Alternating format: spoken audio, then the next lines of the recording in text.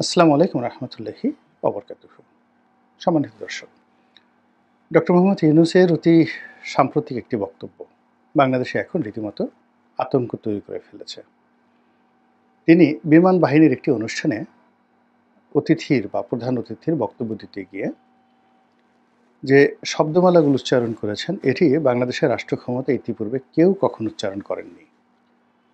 সেই দিক থেকে যদি সাহস বলেন, শক্তি বলেন, ইতিবাচক দিক বলেন, এটি একটি অনন্য শব্দ। আর তার এই বক্তব্যের দ্বারা যদি অনাগত দিনে বা আগামীতে কোনো বিপদ দিয়ে আসে, আমরা একটি যুদ্ধের মধ্যে জড়িয়ে পড়ি, কিংবা দেশি বিদেশি চক্রান্তের যে ঘোর অমানিসা, এটি আমাদেরকে চারিদিক থেকে আঁকড়ে ধরে। তার জন্য কিন্তু ডক্টর মোহাম্মদ ইউনূসের এই যে বক্তব্যটি, এটি একটি ঐতিহাসিক দলিল হয়ে থাকবে। বক্তব্যটি হলো, তিনি যেটি বলেছেন সেটি হলো যে বর্তমান চলমান যে বিশ্ব, চারিদিকে যুদ্ধের দামামা। যুদ্ধ সারা দুনিয়াতে চলছে, আমাদের চারিপাশে চলছে, এবং এই মুহূর্তে পাকিস্তান এবং ভারতের যে যুদ্ধাবস্থা এবং যুদ্ধের মহড়া, এটিকে উপেক্ষা করার কোনো কারণ নেই। একেবারেই সত্য কথা। তারপর তিনি বলেছেন যে আমাদের সীমান্তে ভয়াবহ যুদ্ধ চলছে দীর্ঘদিন ধরে। কাদের সাথে? মায়ানমারের সেনাবাহিনীর সঙ্গে এবং আরাকান আর্মির সঙ্গে। এবং কারণে অকারণে আমরা এই বিপদ এবং বিপত্তি থেকে নিজেদেরকে রক্ষা করতে পারছি না। মায়ানমারের অভ্যন্তরীণ এই গোলযোগের কারণে বাংলাদেশে এখন প্রায় 15 লক্ষ রোহিঙ্গা এসেছে। একই সঙ্গে সেই মায়ানমারের অভ্যন্তরীণ যুদ্ধ মাঝে মধ্যে সীমান্ত পাড়ি দিয়ে আমাদের এপারে চলে আসে। কখনো তাদের টিয়ার গ্যাস, কখনো তাদের মর্টার শেল, কখনো তাদের কামানের গোলা, বন্দুকের গুলি আমাদের এই অঞ্চলে চলে আসে, এবং পরিস্থিতি মাঝে মধ্যে এতটা সঙ্গীন হয়ে পড়ে বা পড়েছে অতীতকালে যে মাইলের পর মাইল এলাকা জনশূন্য হয়ে যায়।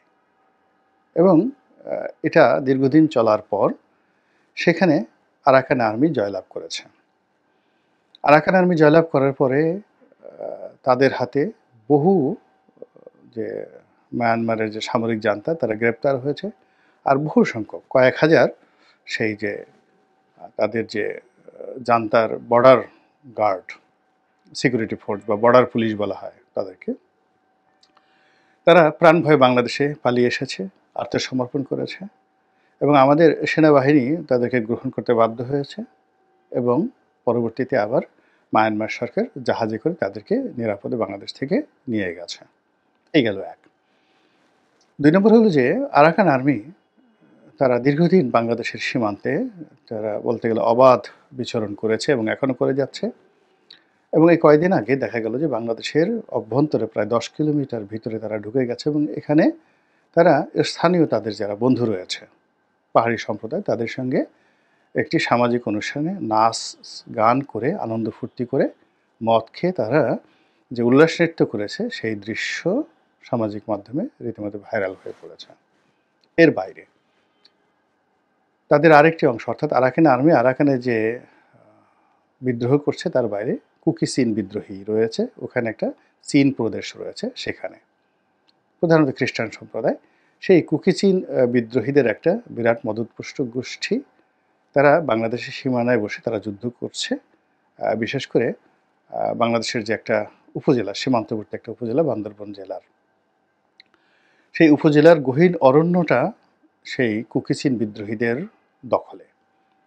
এবং বিভিন্ন সূত্রে যেটি জানা গিয়েছে যে অলমোস্ট প্রায় 5,000 কুকি চীন বিদ্রোহী বা যোদ্ধা, সশস্ত্র যোদ্ধা, নিয়মিত যোদ্ধা, যারা কুকি চীন বিদ্রোহীদের যে সেন্ট্রাল কমান্ড, সেখান থেকে প্রতি মাসে যে নির্দিষ্ট বেতন এবং ভাতা তারা পাচ্ছে, পোশাক পাচ্ছে এবং অস্ত্র পাচ্ছে।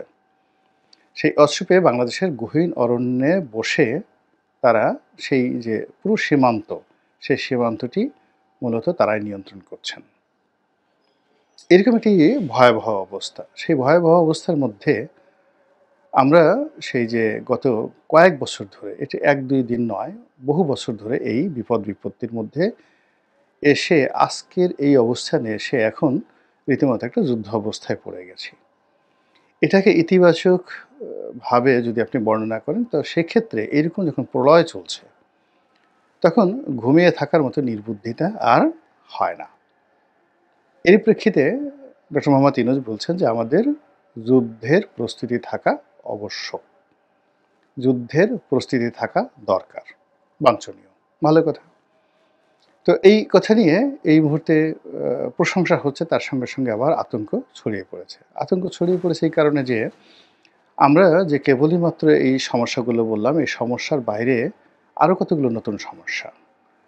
সেই সমস্যাটা হলো যে আমাদের চিকেন নেক, শিলিগুড়ি করিডোর, এই এলাকাতে ঠিক বাংলাদেশ সীমানার ওপারে ভারতের যে শিলিগুড়ি রয়েছে, সেখানে যে সামরিক তাদের যে মহড়া, সেখানে প্রায় 40,000 সৈন্যের সমাবেশের খবর বিভিন্ন মাধ্যম থেকে জানা যাচ্ছে।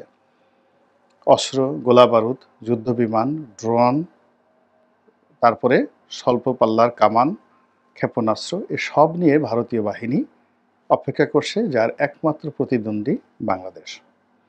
আবার আমরা ওই খবরের বিপরীতে যেটা শুনছি যে আমরা ওই চিকেন নেকের কাছাকাছি যে একটা ব্রিটিশ জমানার পরিত্যক্ত এয়ারপোর্ট, অনেক বড় এয়ারপোর্ট, যেটা ব্রিটিশ জমানাতে ওটা তৈরি করা হয়েছিল, সৈয়দপুর এয়ারপোর্ট।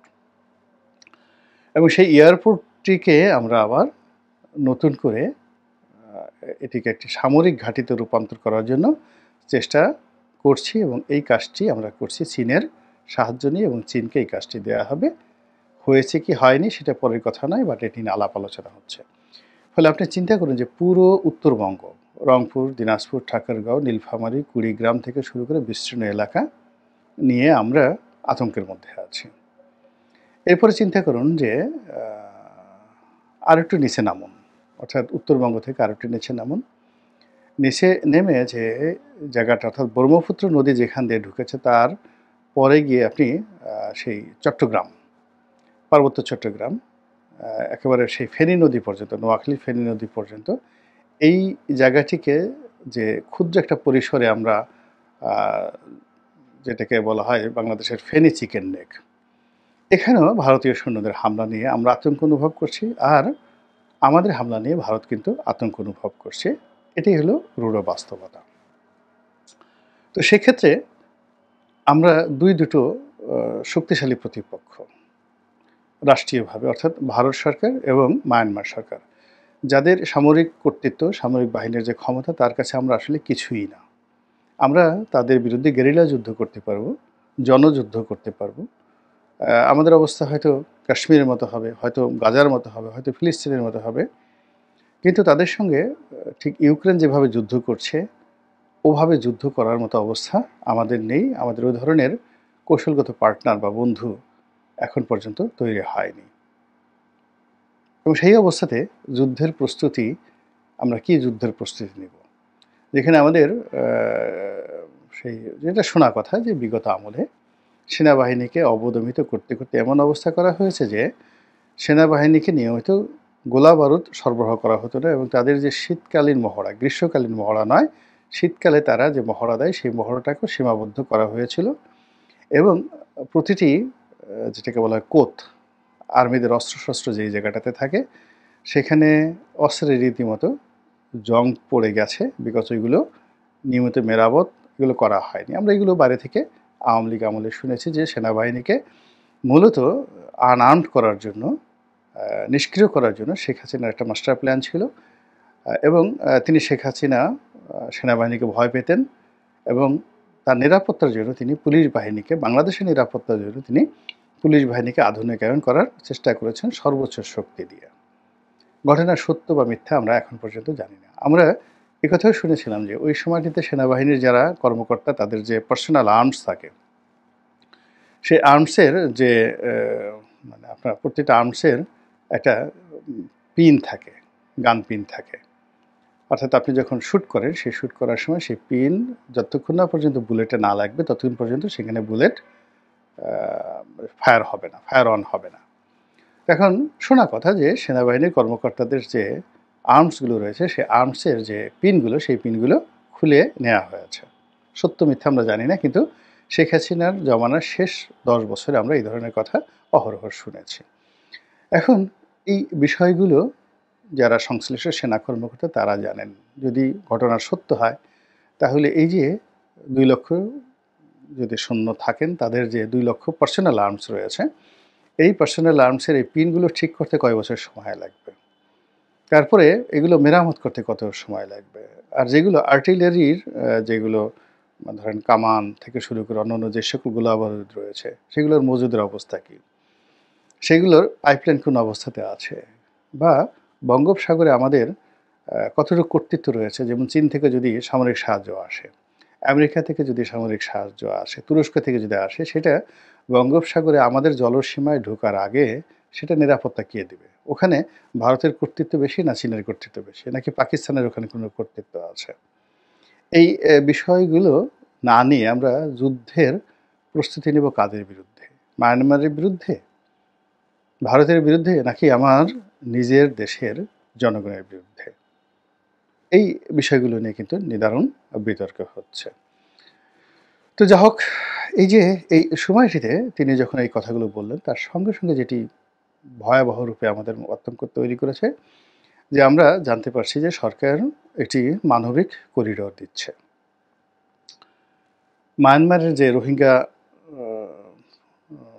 অধ্যুষিত এলাকা রয়েছে, সেই এলাকাতে রোহিঙ্গা ছাড়াও অন্য বিভিন্ন জাতি, গোষ্ঠী, ধর্মের যারা নির্যাতিত জনগোষ্ঠী রয়েছেন, কোথাও খ্রিস্টানরা রয়েছেন, কোথাও কিছু ইহুদিও আছেন, তারপরে সেখানে বৌদ্ধ আছেন এবং মুসলমানরাও আছেন।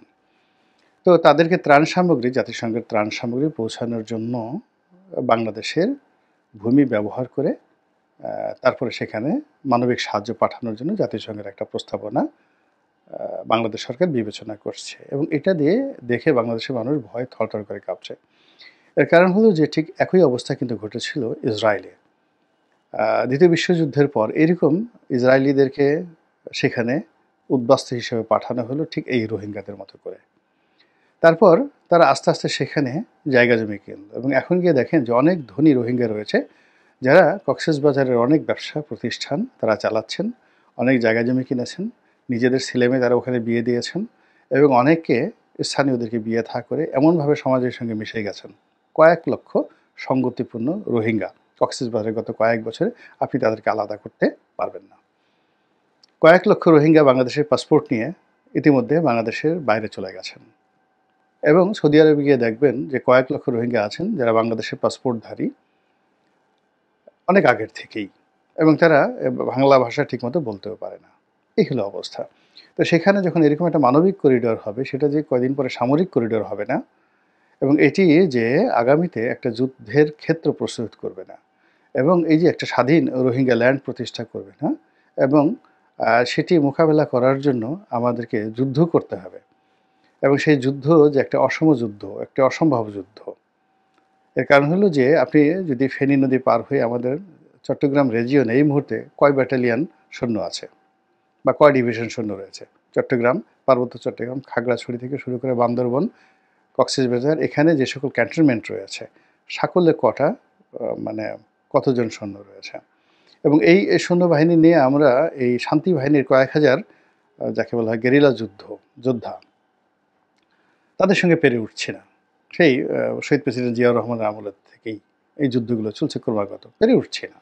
আমাদের বহু সৈন্য হতাহত হয়েছে, সেইখানে আমরা আরাকান আর্মির সঙ্গে যুদ্ধ করব, মায়ানমার আর্মির কথা বাদ দেন, কুকিচিনদের সাথে যুদ্ধ করবো, অসম্ভব ব্যাপার, একেবারে অসম্ভব ব্যাপার। তো এই জায়গাটাতে ডক্টর মোহাম্মদ ইউনূস যুদ্ধ করতে চাচ্ছেন, কীভাবে কী করতে চাচ্ছেন, এটি নিয়ে কিন্তু ভীষণ রকম একটা আতঙ্ক চারিদিকে ছড়িয়ে পড়েছে। এই যে আতঙ্ক, সেই আতঙ্কের পাশাপাশি যেটি আরেকটি রয়েছে, যেটা এখানে বলা খুবই জরুরি, সেটি হলো যে আমাদের আরও একজন খুবই আলোচিত ব্যক্তি বাংলাদেশে, সেটি হলো মেজর জেনারেল ফজলুর রহমান। তিনি একসময় বিডিআরের ডিজি ছিলেন। তো তিনিও একটি বক্তব্য দিয়েছেন, সেটি হলো তিনি সেভেন সিস্টার দখল করার বা ভারতের সাথে যুদ্ধ করে সেভেন সিস্টার দখলে নেয়ার একটা প্রস্তাবনা দিয়েছেন, হুমকি দিয়েছেন, পরিকল্পনা করেছেন। জনাব ফজলুর রহমান বীর যোদ্ধা, তার কথাবার্তা যথেষ্ট ম্যাচিউরড, ইসলামী ধারায় বিশ্বাসী, অনেকটা তার ভিতরে একটা খালিদ বিন ওয়ালিদ এরকম, বা উমর ইবনুল আস, ইসলামের দুজন মহাবীর, এরকম একটা যাকে বলা হয় স্ট্যামিনা তার মধ্যে রয়েছে। বাংলাদেশে হয়তো এই মুহূর্তে সেটি কতটা বাস্তব অবাস্তব তার বড় কথা নয়। কিন্তু তার যে একটা মিলিটারি পয়েন্ট, সেই মিলিটারি পয়েন্ট অফ ভিউতে তিনি যে কথাটা বলেছেন, এটাকে আর যে যাই বলুক না কেন, আমি এটাকে একটা বাগওয়াজ বা কথার কথা মনে করি না। তিনি যেটি বলেছেন যে বাংলাদেশের জন্য একটা অসম্ভব সম্ভাবনা তৈরি হবে যদি সত্যিকার অর্থে পাকিস্তান এবং যাকে বলা হয় ভারতের মধ্যে তুমুল যুদ্ধ শুরু হয়ে যায় এবং ওয়েস্টার্ন ফ্রন্টে, ভারতের যে ওয়েস্টার্ন ফ্রন্টে পাকিস্তানের যুদ্ধ যদি হয়ে যায়, অর্থাৎ পাঞ্জাব ফ্রন্টে, কাশ্মীর ফ্রন্টে, এই দুটো ফ্রন্টে যদি যুদ্ধ হয়ে যায়, সেই যুদ্ধকে ভারত ইচ্ছে করেই বাংলাদেশের দিকে টেনে নিয়ে আসবে। তখন সে আহত বাঘ হয়ে যাবে। এর কারণ হলো তার কাছে মনে হবে যে ওই ফ্রন্টে যুদ্ধ হচ্ছে, ফলে এই ফ্রন্টে যদি বাংলাদেশ অরক্ষিত থাকে তাহলে এই ভূমিকে কেন্দ্র করে তার যে পুরো ইস্টার্ন রিজনটা বিচ্ছিন্ন করে দেওয়া হবে। অর্থাৎ আমরা যদি ছাড় দিই, ভারত কিন্তু ছাড় দেবে না। তখন ভারত কি করবে? এখানে পুরো বাংলাদেশ দখল করে ফেলবে উইদিন 15 ডেজের মধ্যে। কাজেই এই যে 15 ডেজ যুদ্ধ যখন প্রবল আকার হবে, ওখানে কোনো রকম যদি বাংলাদেশ আঙ্গুল চুষে বসে থাকে, তাহলে এই বাংলাদেশকে হারাতে হবে। এবং এটা যুদ্ধের যে একটা নিয়ম, এটা মেজর জেনারেল ফজলুর রহমান সাহেব খুব ভালোভাবে বুঝতে পেরেছেন। বাংলা, বিহার, উড়িষ্যার হাজার বছরের ইতিহাসে এইভাবেই ঘটনা ঘটেছে। এভাবেই আপনি যদি মনে করেন যে একেবারে সেই অশোক থেকে শুরু করে, অশোক না, আরও আগে, আপনি যদি নন্দবংশ থেকে চন্দ্রগুপ্ত মৌর্য, অর্থাৎ মৌর্য বংশের পরে গুপ্ত বংশ, তো এই যে গুপ্ত বংশ থেকে এরপর যদি আপনি শশাঙ্কর আমল ধরেন, শশাঙ্কর আমল থেকে আপনি যদি হর্ষবর্ধনের আমল আসেন, হর্ষবর্ধনের পরে তারপরে যদি আপনি পাল বংশ আসেন, পাল বংশের 400 বছর পরে যদি আপনি সেন বংশ আসেন, সেন বংশর পরে যদি আপনি ইখতিয়ার উদ্দিন মোহাম্মদ বিন বখতিয়ার খুলজির শাসন আমল ধরেন, শাসন আমলের পর যদি সুলতানি আমল ধরেন, সুলতানি আমলের পরে যদি আবার স্বাধীন বাংলার যে সুলতানি আমল, দুটো, একটা হলো দিল্লির সুলতানি আমল আর একটা হলো স্বাধীন বাংলার সুলতানি আমল। এরপরে যদি মোগল আমল ধরেন, মোগল আমলের পরে ব্রিটিশ আমল যান, ব্রিটিশ আমলের পরে পাকিস্তান আমলে যান এবং 1965-এর যে যুদ্ধ, সেই যুদ্ধের ইতিহাস যদি ধরেন, তাহলে আপনি একেবারে নিশ্চিতভাবে দেখেন যে জেনারেল ফজলুর রহমান যে কথাটা বলেছেন, এই কথাটাকে আপনাকে শতভাগ সমর্থন দিতে হবে। 1965-এ ভারতের সবচেয়ে বড় ভুল, অর্থাৎ ওয়েস্টার্ন ফ্রন্টে তারা যখন যুদ্ধ করছিল, তারা যদি তখন চাইতো ইস্টার্ন ফ্রন্ট, অর্থাৎ এই অঞ্চলটিকে তারা দখল করে নেবে, এটি তাদের জন্য 1 ঘন্টার বিষয় ছিল। এর কারণে পুরো এই পূর্ববঙ্গটি তারা অরক্ষিত অবস্থায় রেখে গিয়েছিল পশ্চিম পাকিস্তানের যারা লোকজন। ফলে এটা যদি তারা কাট আপ করে দিত, তাহলে 1971 সনটা তৈরি হতো না, নতুন একটা ইতিহাস তারা তৈরি হতো। এবং সেই ভুলটা তারা যে করেছে 1965-এ, এই জন্য তারা অনুশোচনা অনুভব করে এবং তার জন্য কিন্তু 1971 সনে তারা বাংলাদেশের মুক্তিবাহিনীকে তারা সাহায্য করেছে, সহযোগিতা করেছে এবং নিজেরা এখানে সৈন্য সমাবেশ করেছে।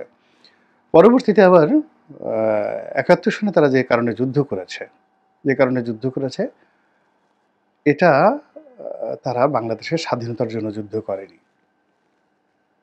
ইন্দিরা গান্ধী স্পষ্টতভাবেই, আপনি অতি সাম্প্রতিক কয়েকটা সাক্ষাৎকার দেখেছেন যে জেনারেল মানাস্ক যিনি সেনাপ্রধান ছিলেন, তাকে তিনি ক্ষোভের সঙ্গে বলেছেন, ইন্দিরা গান্ধী, যে তোমাকে তো বাংলাদেশ স্বাধীন করার জন্য পাঠানো হয়নি, তোমাকে পাঠানো হয়েছে বাংলাদেশ দখল করার জন্য। তুমি স্বাধীন বাংলাদেশ দখল না করে তুমি স্বাধীন করে দিয়ে চলে আসছো। একই অবস্থা জেনারেল অরোরার সাথে হয়েছে। কাজে ইন্দিরা গান্ধীর সঙ্গে কিন্তু বঙ্গবন্ধুর সম্পর্কটা ভালো ছিল না। ফলে তিনি ব্যক্তিত্বে, মানে বঙ্গবন্ধু যখন জেলখানা থেকে ছাড়া পেলেন, ছাড়া পাওয়ার পরে ওই যে 24 ঘন্টা থেকে 48 ঘন্টার সময়, অর্থাৎ হিথ্রোতে গেলেন, সেখান থেকে দিল্লিতে আসলেন, দিল্লি থেকে দমদমে আসলেন, তারপর শেষে কলকাতাতে আসলেন, এরপর ঢাকা আসলেন, এই সময়টার মধ্যে মূলত বাংলাদেশের দ্বিতীয় স্বাধীনতা হয়েছে। ওই সময়টাতে বঙ্গবন্ধুর সঙ্গে মূলত ইন্দিরা গান্ধী কূটনৈতিক দক্ষতায় পেরে ওঠেননি, ব্যক্তিত্বে পেরে ওঠেননি, নেতৃত্বের গুণাবলীতে পেরে ওঠেননি। কিন্তু তাদের যে মাস্টার প্ল্যান ছিল সেটা হলো টু অকুপাই বাংলাদেশ, এবং সেই জিনিসটি তারা আবার যখন একটা সুযোগ আসবে, এই যে এখন যে সুযোগ আসবে, তারা সেটা হাড়ে হাড়ে গ্রহণ করবে, ১ সেকেন্ডও সুযোগ দেবে না। এই কথাটা জেনারেল ফজলুর রহমান সাহেব কিন্তু বলেছেন। তো কাজেই মূল ব্যাপার হলো যে আমরা কি করব বা না করব। আজকের এই যে আমার এই বক্তব্যটা আমার গা কাটা দিচ্ছে। আল্লাহ না করুক যদি এরকম ঘটনা ঘটেই যায়, এটা একটা ইতিহাস হয়ে থাকবে। এবং সেই ক্ষেত্রে ধরুন ফজলুর রহমান সাহেব ১ম বললেন, দ্বিতীয় আমি বললাম সাধারণ মানুষের মধ্যে, আর ডক্টর মোহাম্মদ ইউনূসও যুদ্ধ প্রস্তুতির কথা বলেছেন। তো কাজেই আ এটা নিয়ে আপনারা কি করবেন, কি চিন্তা করবেন, সামরিক বাহিনী কি করবেন, এটা তাদের ব্যাপার। বাট আমাদের কাছে যতটুকু যেটা মনে হয়েছে, দিস ইজ দ্য টাইম, যেটা আঙ্গুল চুষে বসে থাকার সময় নয়।